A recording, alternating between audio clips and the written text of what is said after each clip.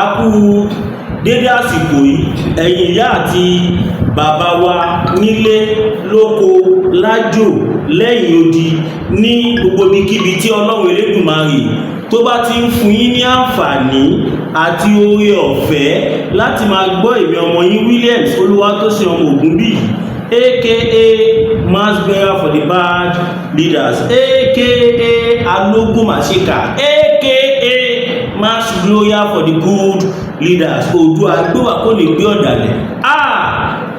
Gọ́vnà Ṣèyí Mákindé ẹ bá mi ṣe gbòòsà mẹ́ta fún Ṣèyí Mákindé fún ẹnjìnìà Ṣèyí Mákindé gbòòsà gbòòsà gbòòsà. A máa yà yín lẹ́nu pé kí ló fà á kí ló lè fà á tí mass bí fi yin gómìnà Ọ̀yọ́ state. Gọ́vnà Ṣèyí Mákindé ṣe gudugudu méje wọ́n ṣe yàyà mẹ́fà kan. ṣẹ́yìn mo máa ń sọ kankan mo máa ń sọ wípé ọ̀pọ̀lọpọ̀ àwọn gómìnà ilẹ̀ Yorùbá kò kí ń ṣe pé wọn ò fẹ́ kí ilẹ̀ olómìnira ilẹ̀ Yorùbá dúró bí kò ṣe wípé obstacle kan tàbí ìkejì ló ń dá wọn dúró. nísìnyí báyìí ẹnjìníà Ṣèyí Mákindé tó jẹ́ gómìnà ìpínlẹ̀ Ọ̀yọ́ wọ́n ti wá jẹ́wọ́ ọmọkọ fún Tinubu. Now gbogbo wa la mọ̀ wípé ní oṣù tó kọjá ariwo kan gba everywhere kan pé wọ́n fẹ́ dá state police sílẹ̀.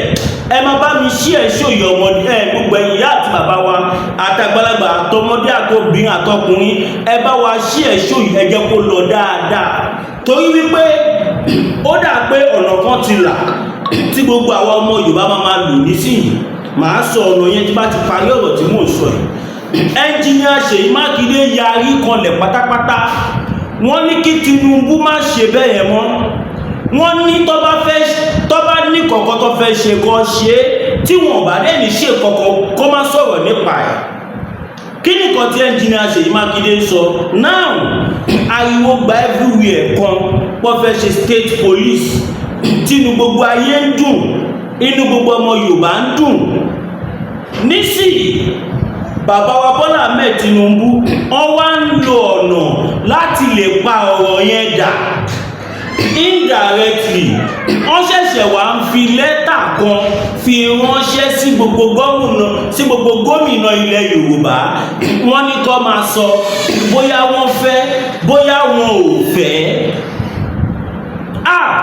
Kábíyèsí Elédùmarè mo máa ń sọ fún yín wípé kò ń ṣe gbogbo ẹni tó wà níjọba nílẹ̀ Yorùbá ló mú àlè ọmọ kan pọ̀ nínú wọn bọ́mú àlè ṣe wà bẹ́ẹ̀ lọ́mọ kan náà wà ṣùgbọ́n ó dà pé gbogbo àwọn tó wà ní gómìnà ilẹ̀ Yorùbá báyìí ó dà pé ọmọ kan ni wọ́n torí pé ẹnjìníà Ṣèyí Mákindé ṣe nǹkan kan tó yà mí lẹ́nu tí ẹnu oníkọ̀ọ̀lá ti ń gbọ́kàn tí mo bá play kíní ìfún ẹ̀yìn gan ó dá mi lójú wípé ẹ máa mọ̀ pé yes the time is now. ẹnjìníà Ṣèyí Mákindé sọ pé irú ọ̀rọ̀ wo nìyẹn wọ́n ní kò ń ṣe ti ìgbéraga kò ń ṣe ti ọ̀tẹ̀ àwọn mọ̀ọ́mọ̀ máa fún wọn lésì ni pé ìbéèrè wo nìyẹn.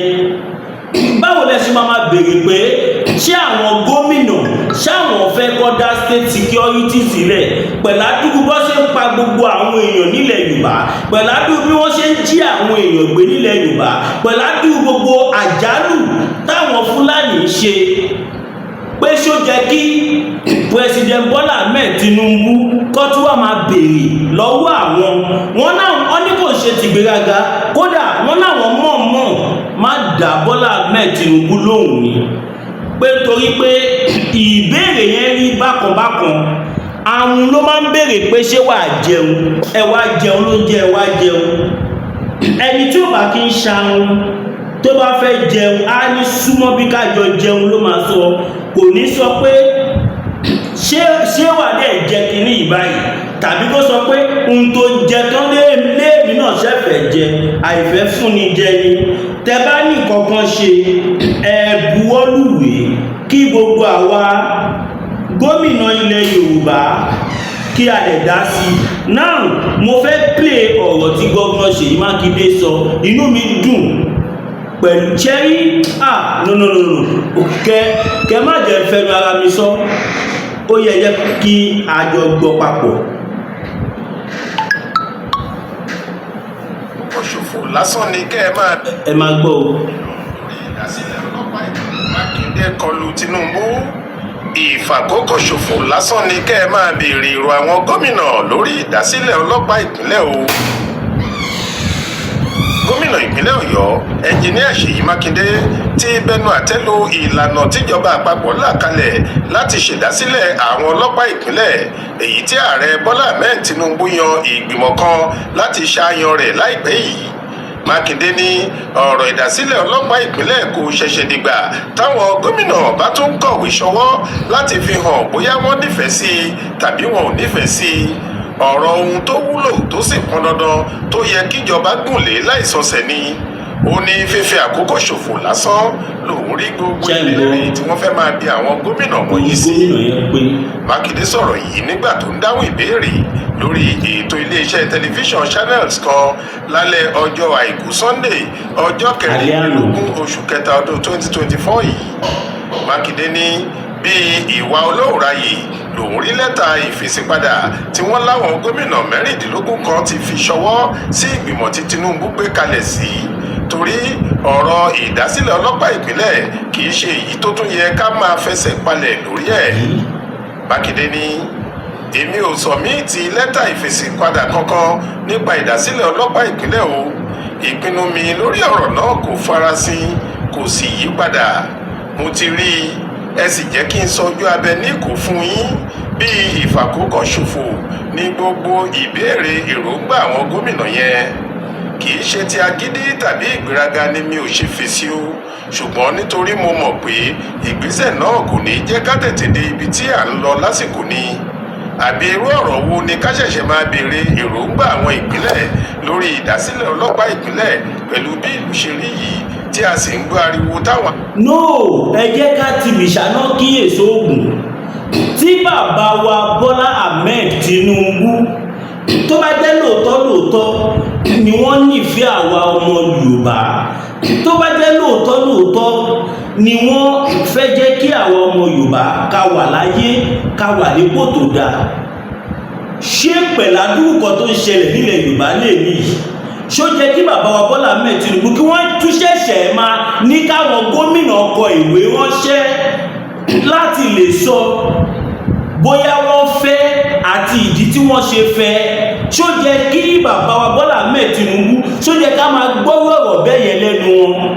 ṣé torí pé àwọn tí nǹkan yìí ṣẹlẹ̀ sí ó jẹ́ àwọn tí wọn ò lágbára àti ṣe kankan? ṣé torí pé àwọn tí nǹkan yìí ṣẹlẹ̀ sí wọ́n jẹ́ àwọn tí wọn ò léèyàn? ṣé torí àwa tí nǹkan yìí ṣẹlẹ̀ sí ṣé torí pé a ò lágbára? ó dá mi lójú pé tó bá jẹ́ ẹbí bàbá wa Bọ́lá Ahmed Tinubu tàbí tó bá jẹ́ ẹbí àwọn tó súnmọ́ wọn nìkan báyìí ṣẹlẹ̀ sí, ọmọ ọ́dà ní lẹ́sẹ̀kẹsẹ̀ wọn ní ṣẹ̀ṣẹ̀ máa béèrè pé ṣé kọ́ ṣe kínní yìí. nísìnyí báyìí gbogbo ẹ̀yin ènìyàn wa ẹ bẹ̀rẹ̀ sí ní bá wa pariwo síta, torí wípé nǹkan tá à ń dunú sí níjọ́ kìíní àná tá à ń pariwo state police ti fẹ́ dé o kíní kan o wọ́n ti fẹ́ sọ di politics. kí ló dé tó jẹ́ pé àwa Yorùbá gbogbo nǹkan tiwa ló máa ń yàtọ̀, gbogbo nǹkan tiwa la máa ń wá ọ̀nà gbé gbà?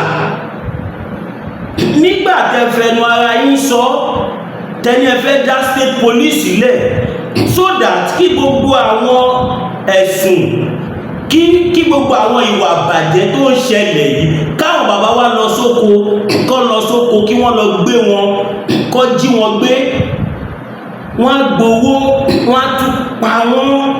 ìjọba tún jẹ́ ọkùnrin tó ń bọ́kùnrin sùn àwọn Fúlàní á tún bá àwọn bàbá yìí sùn, tí àwọn ìyá wa tó ń ṣe alájàpá tó jẹ́ pé máa ń jí lọ sọ́jà ni tó bá tún jí lọ sọ́jà àwọn olórí burúkú kúwèrè wọ́n á tún gbé àwọn ìyá yìí wọ́n á bá wọn sùn, wọ́n á sọ oríṣiríṣi nǹkan fún wọn, wọ́n á tún gbowó wọ́n á tún pa wọ́n.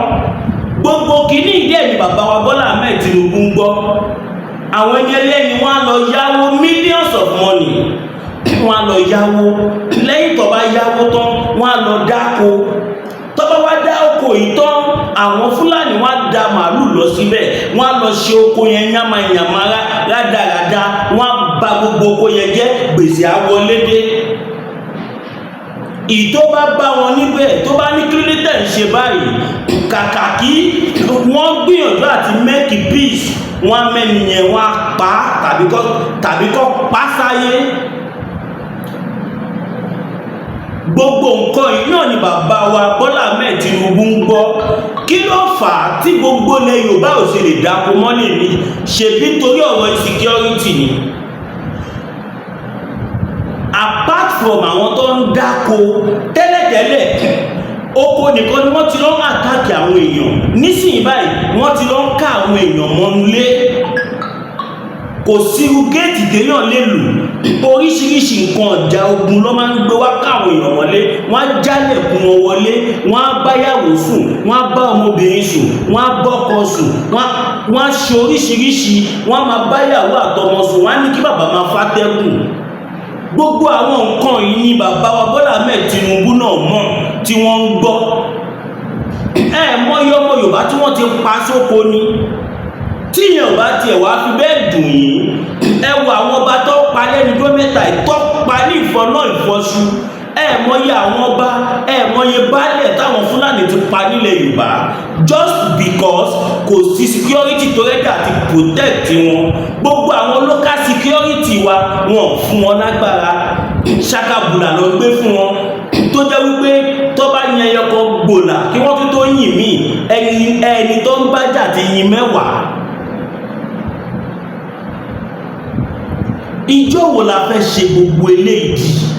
Bàbá wa Bọ́lá Ahmed Tinubu a ò rò pé gbogbo nǹkan ló jẹ́ kó jẹ́ politics. Ọ̀rọ̀ tí gómìnà wa sọ, bàbá dáadáa tọ́lọ́wọ́n ajẹ́ ó dáa fún wọn, bàbá wa ẹnjìníà Ṣèyí Mákindé, ọ̀rọ̀ tí wọ́n sọ mọ́ ọba yíjà reality ni wọ́n sọ. Wọ́n ní ìfàkókò ṣòfò lásán làwọn ka eléyìí kún, pé kò jẹ́ kẹ́ tó ṣẹ̀ṣẹ̀ máa béèrè pé ṣé kí state police wà. Èyí ni nǹkan tí gbogbo àwọn ọmọ Yorùbá ti ń béèrè fún látọjọ́ tó pẹ́. Àwa dẹ̀ mọ̀ pé àwọn Fúlàní ló máa oppose ẹ̀, torí ó mọ̀ wípé ta bá ní state police àti wà nínú Yorùbá nation náà nìyẹn. Torí pé gbogbo pé Fúlàní ń wọlé wọ́n lọ ń káyọ̀ mọ́ yẹn tó máa kọ́kọ́ stop. Ẹlẹ́kejì, wọ́n mọ̀ pé àwọn ọlọ́pàá ọmọ ìlú, for example sí ilẹ̀ Yorùbá ló máa wà ń bẹ̀, ilẹ̀ Ìgbò ló máa wà ń bẹ̀, ilẹ̀ Haúsá ló máa wà ń bẹ̀. Fúlàní tó bá wá sí ilẹ̀ Yorùbá, tó bá wá ṣe mọ̀nàmọ́ná, tó bá wá jíyàn gbé tàbí tó bá wá fi tipátipá báyọ̀ sùn tí wọ́n bá mú, wọ́n mọ̀ pé stéètì yẹn ló máa ṣèdájọ́ ẹ̀. Kò ní dàbí ti tẹ́lẹ̀ tí Fúlàní máa jíyàn gbé ní Ogun State tó máa ní ọ̀gá is interested tí wọ́n ní kó máa gbé bọ̀ ní Àbújá nílẹ̀ Haúsá, wọ́n á wá lọ gbé lọ bá wọ́n á wá lọ gbé bá Fúlàní ọmọ ìyá ẹ̀. Olóyìnbó ní blood is thicker than water. Ẹni tí wọ́n jọjọ́ mọ̀ ìyá sí máa ní kọ́ lọ pa ni, kò ní kọ́ lọ pa, torí pé ìran àwọn Fúlàní wọn ò rí gbogbo nǹkan bẹ́ẹ̀ yẹn bí ẹ̀ṣẹ̀. Àwa Yorùbá ta jẹ́ ìran dáadáa, àwa la kà sí nǹkan tí ò dáa. Lọ́dọ̀ tí wọ́n kà á sí kéèyàn máa jà fẹ́tọ̀. Ṣèbẹ́ gbọ́ tí kan nínú wọn tó sọ, ó sọ náà, ó ní àwọn bandit pé freedom fighter àwọn ni wọ́n ẹ̀wò.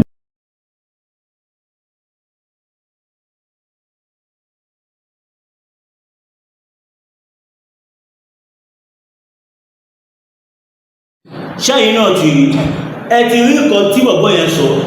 Ó ní àwọn bandit, àwọn ajàfẹ́ẹ̀tọ́ àwọn nílẹ̀ Haúsá ni. Ẹni tó dẹ̀ sọ̀rọ̀ kò ń ṣọmọ Yorùbá, kò ń ṣọmọ Ìgbò, Fúlàní bíi tiwọn ni.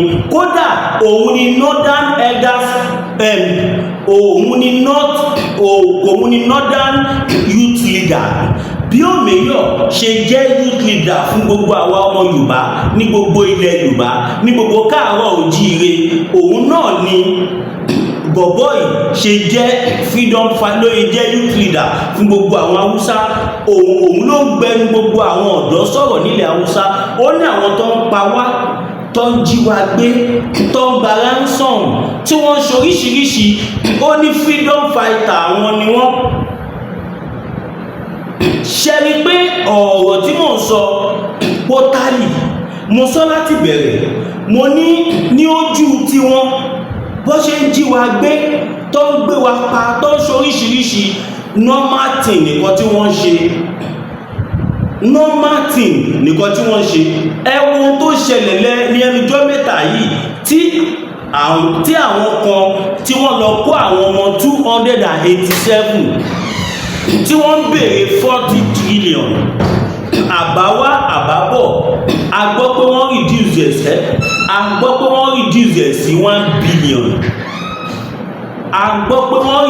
sí 1 billion at the end of the day ńkọ́ nígbà tá a gbọ́ lánàá pé wọ́n fi wọ́n sílẹ̀ wọ́n kọ́kọ́ parọ́ fún wa pé gbogbo àwọn ọmọ yẹn ti dé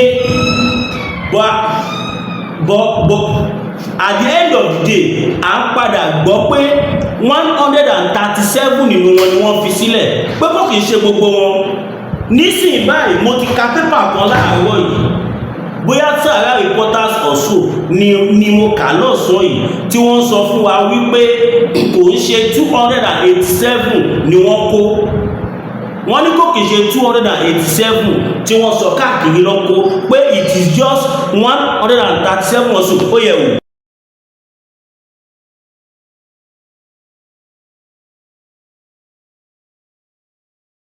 ṣẹ́yìn náà ti rí nǹkan tí mò ń sọ wọ́n ní 137 póun ló kú póun ni wọ́n kó lọ ìyẹn túmọ̀ sí pé àwọn ará bí tí wọ́n kó àwọn ọmọ yìí kò kì í ṣe gbogbo wọn lọ́kólẹ̀ àìdá kí wọ́n ti pa àwọn yòókù tàbí kó jẹ́ wípé wọn kó gbogbo wọn sílẹ̀ because ṣafẹ́ sọ pé school ní rẹ́kọ̀dù ọmọ tó wà ní school ni ṣé school management ṣé wọn ní rẹ́kọ̀dù ọmọ tí wọ́n kó ni school fún ara wọn ló declare 287 according to bá ṣe rí lórí paper tí àwọn national newspaper tí wọ́n bá gbọ́ látẹnu school yẹn pé 287 ni wọ́n lè sọ pé 287 so níbo làwọn ọmọ tó kù wà ṣé bá ṣe fẹ́ continue rèé ṣé mọ̀ pé tí state police bá wà irú nǹkan báyìí ò ní kò ní rọrùn fún wọn láti ṣe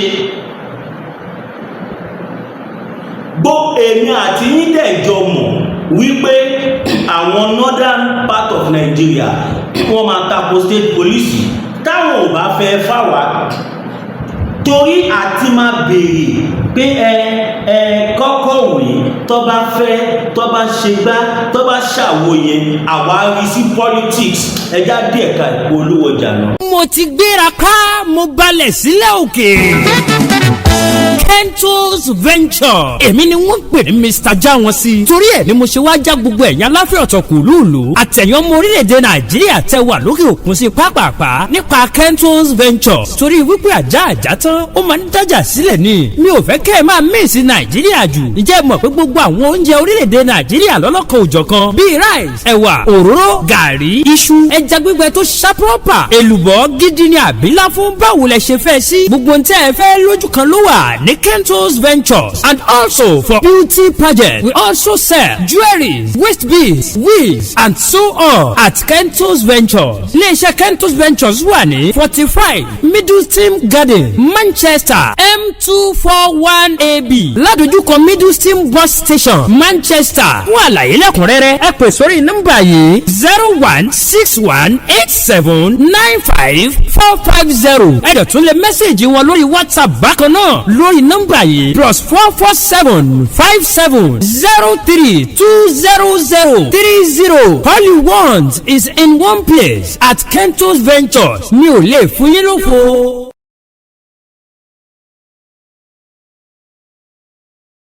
Inú ẹ̀ wo rẹ́kọ̀dù rẹ́kọ̀dù iye èèyàn tó ti kú lẹ́yìn ìgbà tí bàbá wa Bọ́lá Ahmed Tinubu tó fi dórí oyè. Ẹ wo iye èèyàn tó ti kú, about 6,900 and something in less than 10 months. Ẹ wo ohun tó ti ṣẹlẹ̀. Ìgbà téèyàn 6,000 bá kú in 10 months, ìgbà téèyàn bí kàṣà ní 7,000 pẹ̀lú àwọn tí wọ́n rò kú wọn bí 7,000 tó bá kú in 10 months, èèyàn mélòó ló máa wá kú in 40 months?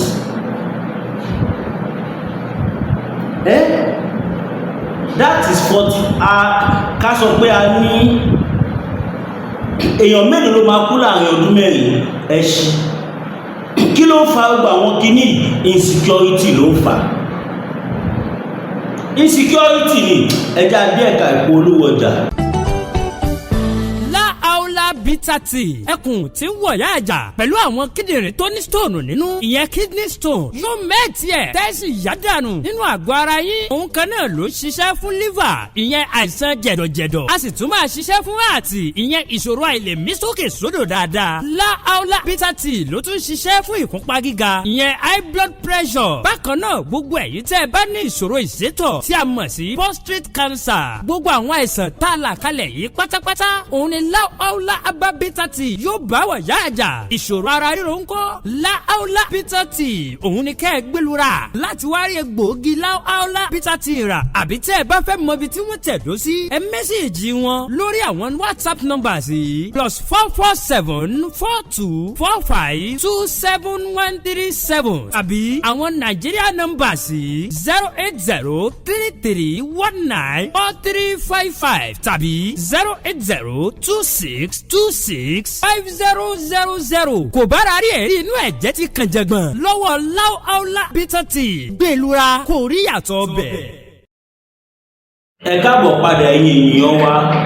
Tẹ́ bá wò dáadáa ẹ máa rí pé Ọ̀yọ́ state tá bá ń sọ̀rọ̀ insecurity Ọ̀yọ́ state ti jẹ́ kí insecurity ó ti jẹ́ kí Ọ̀yọ́ state kó pàdánù ọ̀pọ̀lọpọ̀ ọmọ ológo. Tẹ́ bá dẹ̀ wo ọ̀rọ̀ insecurity of a team ní Ọ̀yọ́ state wọ́n ti pàdánù ọ̀pọ̀lọpọ̀ nǹkan. Ọ̀yọ́ state ni wọ́n ti pàdánù Dr. Fatai Aborode tí wọ́n jẹ́ gbajúgbajà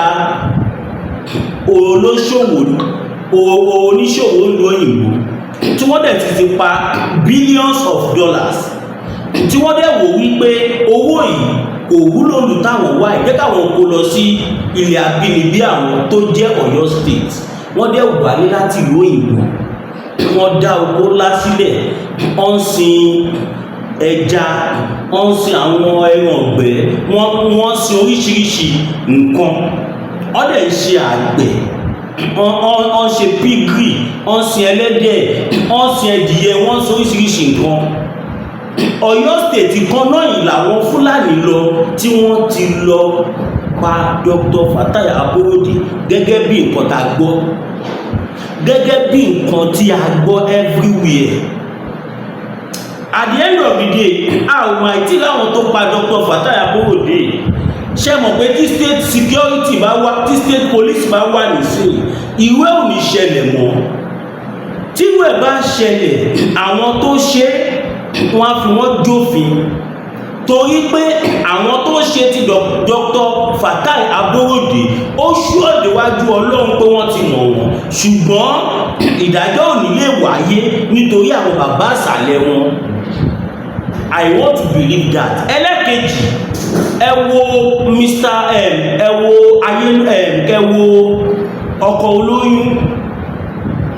ọkọ̀ olóyún tí wọ́n ń ṣe ábà tí wọ́n ń ṣàgbo tó ń ṣe oríṣiríṣi ẹ wo bó ṣe pa máa yẹn ní ọ̀nà sẹ́yìn wọ́n pa wọ́n bí ẹran. àìmọye bẹ́ẹ̀ ókè ẹnìjọ́ mẹ́ta yìí tí àdó olówó tún dún nìbàdàn bọ́ọ̀bù dún nìbàdàn tó pa oríṣiríṣi àwọn èèyàn tí oríṣiríṣi ilé parẹ́ tọ́pọ̀lọpọ̀ àwọn èèyàn tí wọ́n gbà pa ọ̀pọ̀lọpọ̀ àwọn èèyàn di alábọ̀ ara ọ̀pọ̀lọpọ̀ àwọn èèyàn kú kí ló torí ẹ̀ ṣẹlẹ̀? Nothing. Ti ọkọ̀ olóyún náà kí ló ṣẹlẹ̀ lẹ́yìn ẹ̀? Nothing.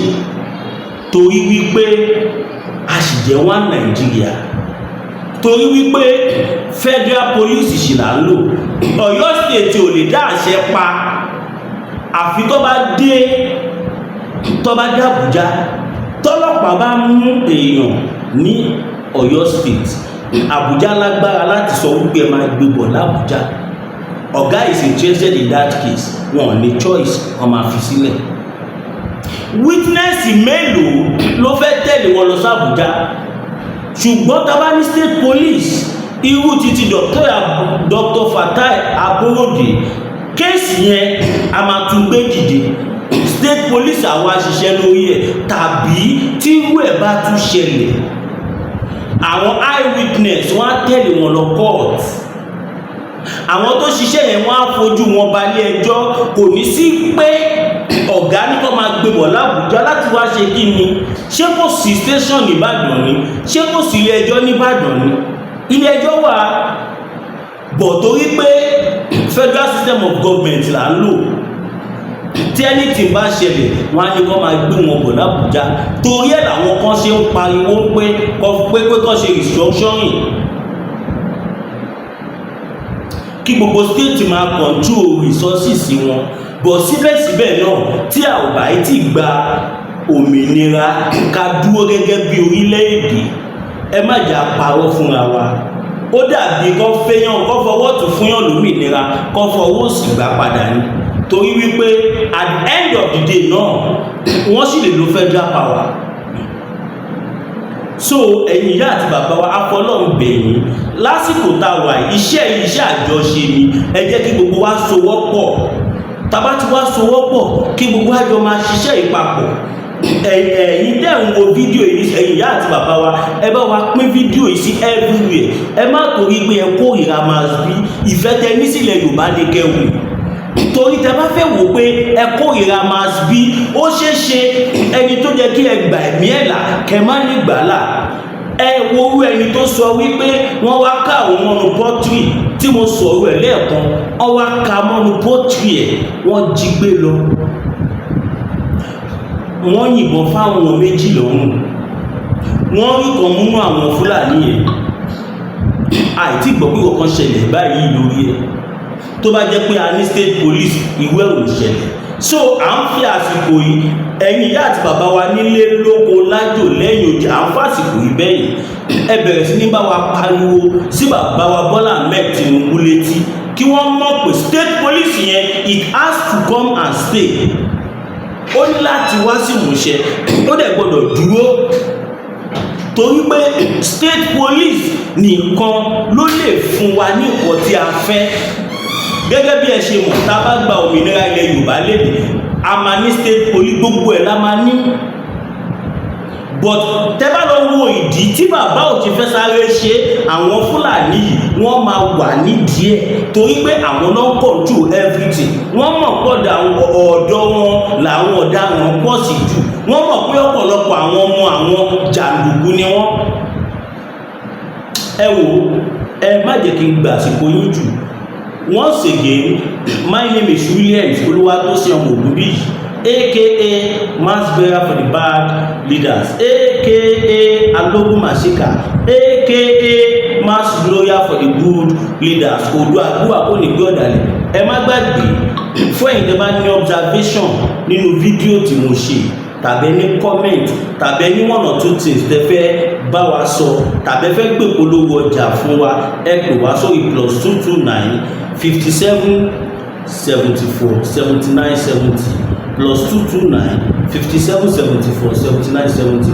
God bless you all. I love you.